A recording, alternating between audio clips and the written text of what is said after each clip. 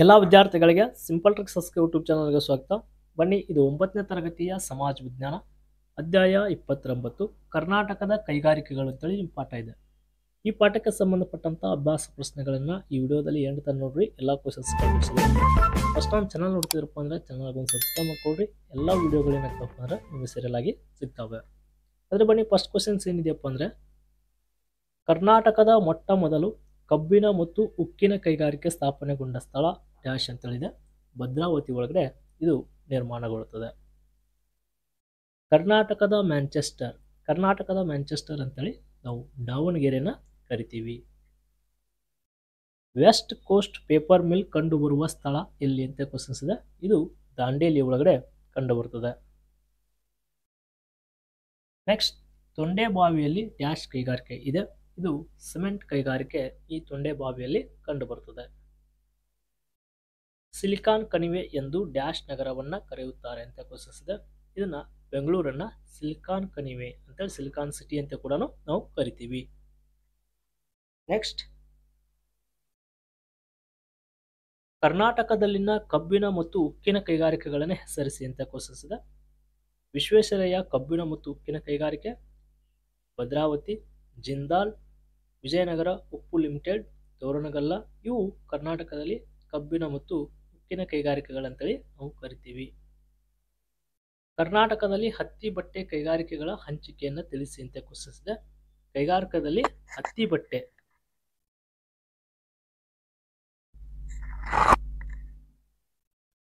ಕರ್ನಾಟಕದಲ್ಲಿ ಹತ್ತಿ ಬಟ್ಟೆ ಕೈಗಾರಿಕೆಗಳ ಹಂಚಿಕೆಯನ್ನು ತಿಳಿಸಿ ಅಂತ ಕ್ವಶನ್ಸ್ ಇದೆ.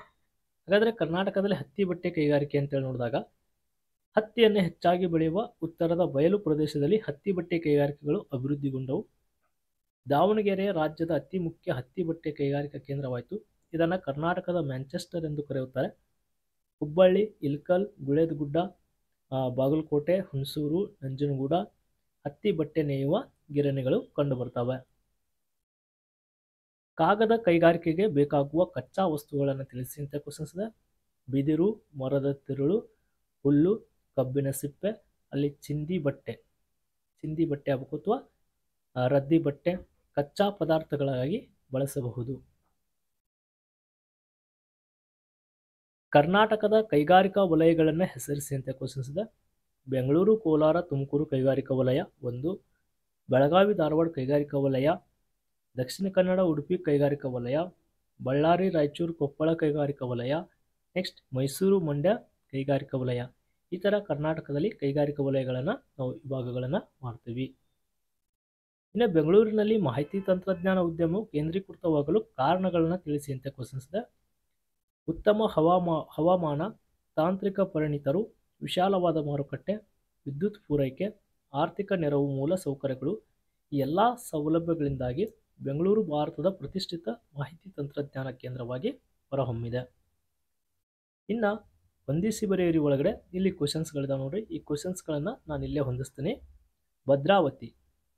ಭದ್ರಾವತಿ ಏನಿದು? ಮೈಸೂರು ಪೇಪರ್ ಮಿಲ್ ಲಿಮಿಟೆಡ್ ಫಸ್ಟ್ಗೆ.